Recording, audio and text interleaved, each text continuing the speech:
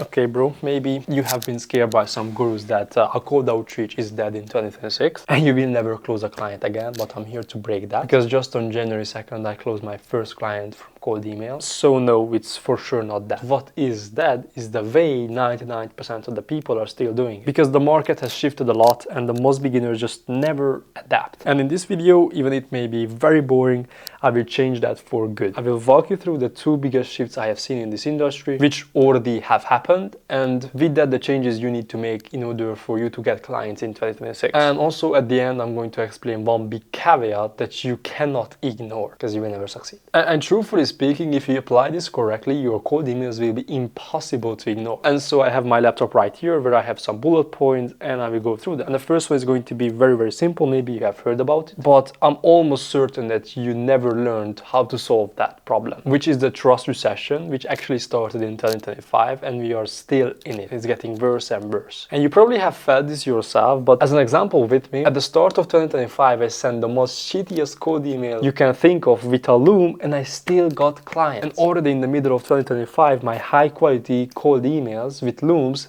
didn't got good results. Only one client per 100 emails, or more like one call per 100 emails. But now I have a good solution for it, but this shows how bad the current market is. And truth is that it's not your offer, it's not the cold email copy or the deliverability, especially not personal to you, that you are not getting clients, but these people just have been burned so many times. They have seen the same emails all over again, the same structure, the same language, and the same fake personalization. So at this point, their brain just doesn't even give you a chance. And this is where things stop being about copy and I have to get into psychology, because this whole thing is really well explained in the book Thinking Fast and Slow by Daniel Kahneman. And what he talks about in that book is that the brain basically has two parts. One is the system number one and the other is system number two. And the first system is responsible for very fast decisions. It reacts immediately based on patterns and based on what it already have seen before. It basically creates shortcuts in the brain. And the other system is much slower. That's where you actually think consciously or weight the opinions or think about consequences. At the end of the day, intentionally decide whether something makes sense or not. And the reason this distinction matters so much for cold outreach is because the first system doesn't pass all information to the second one. It actually filters like crazy. So what happens in reality is that most of the time when someone opens your email, they don't consciously think about it. They don't sit there and evaluate your offer. They don't read it carefully and think like, does this solve my problem, brother? What actually happens is that their brain sees something familiar and immediately categorizes it. And once this categorization happens, the information never enters the conscious part of their brain. And it realistically just gets ignored completely. And that's the real issue here. Now, the reason this system actually exists at all is actually very simple, because at every single second, your brain is getting millions of information. Literally, the amount of information entering your brain is almost unlimited at a single given time. We can talk about like what you see, what you hear, what you feel physically, what you're thinking about internally, or like all of your organs, they need to be processed, they need to be dealt with. And if your brain had to consciously process all of that, you would be completely overloaded. So system number one exists to protect you. Its job is to filter information and only allow those things through that are either important, new, or different enough to deserve attention. And this is crucial because everything else gets blocked immediately. And this is where cold email runs into a massive problem, because system number one cannot make a real decision on something it has never seen before, but it can instantly reject things it recognizes. And most cold emails today are just extremely recognizable. It has the same structure, the same language, the same way of positioning the offer. So when someone has already been burned before, which most people have by now, their brain doesn't even allow your message to reach the second system. It doesn't matter how good your offer is at that point. And this is why I believe going into 2026, cold outreach will be won by people who understand uniqueness at scale and a much deeper level. Not like uniqueness in a gimmicky way, not just doing a loom, but actually thinking about how to present something in a way that the other person hasn't filtered through 1,000 times before. Because the only way you will get to the conscious brain is by getting past the first system. And that's it. And this is exactly what I've personally seen, a big increase in booked calls, both for myself and for other people around me, when they started using more cinematic and more intentional looms. Just as an example, having a good looking room like this, or just doing something which really sticks out. And known, of course, not because they are just fancy, like a good room or something like that, but because they feel different and people stop for a second. They don't instantly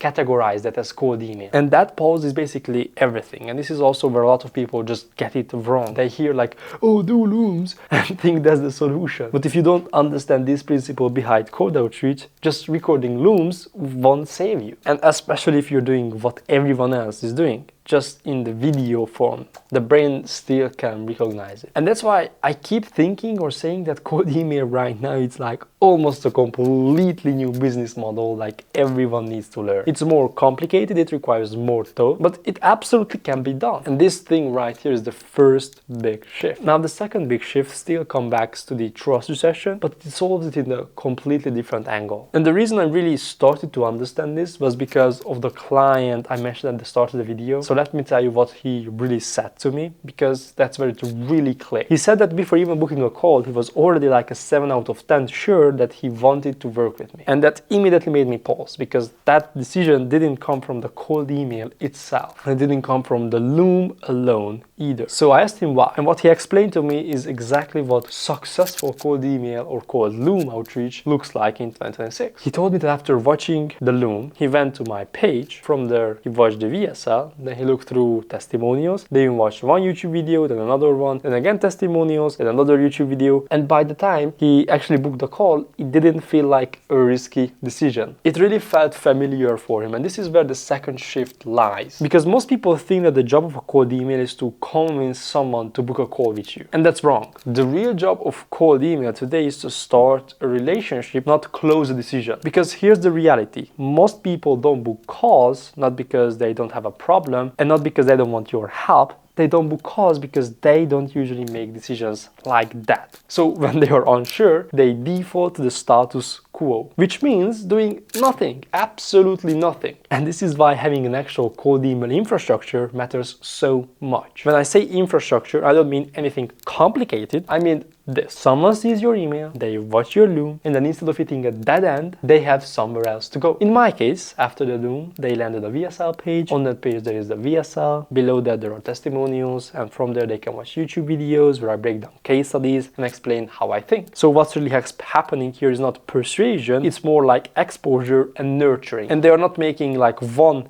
big intentional decision. They're not thinking, oh, I have watched 2 videos from Robert, I'm gonna book a call now. They're just spending time. And once that time is spent, another psychological principle kicks in, the sunk cost fallacy, or otherwise the sunk cost effect. And what that really means is that the more time someone invests into something, the more likely they are going to continue. So instead of sitting there thinking like, should I book a call with this guy or not? Like, what actually happens is not that. It's more like they watch one video, another one, another one. And at some point, almost without thinking about it, they're like, fuck it. I'm gonna book a call with Robert. Not because they suddenly started to love me, but because they're already invested the time. And this is the second big shift. Cold outreach is no longer about sending the perfect message. It's more like sending a system where trust can accumulate without forcing a decision on that person. And now here's where things really get tricky. Even if you understand this, and even if you build the infrastructure, even if you finally find something that works, there is one big caveat that you need to understand. And that caveat is the market. The current problem is that nothing works forever. If you don't have already something that's working, it can easily take you 1 or 2 months of continuous iteration just to find a loom or an angle that finally clicks and books calls. And before this,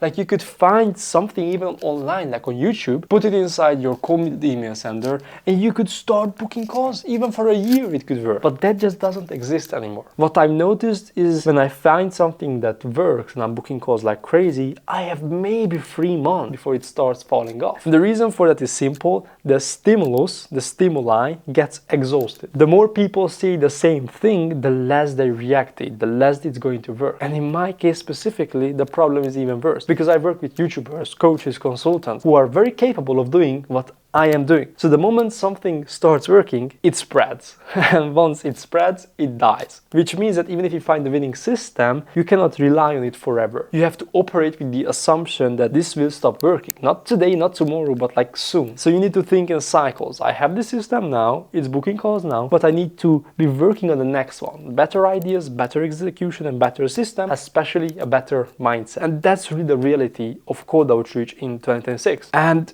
that's the full picture. The trust recession, the psychology behind the attention, why uniqueness really matters, why infrastructure matters, and why iteration is unavoidable. That's what actually takes in 2026 to make your cold emails impossible to ignore. Now, one thing before I go, I want you to tell me that when you watch this video and the next ones you're going to watch from me, would you want to see visual explanations of what I'm saying? Maybe on a Miro board explaining the psychological principles, or just in any shape or form, do you want to see it visually? Thank you and have a good one.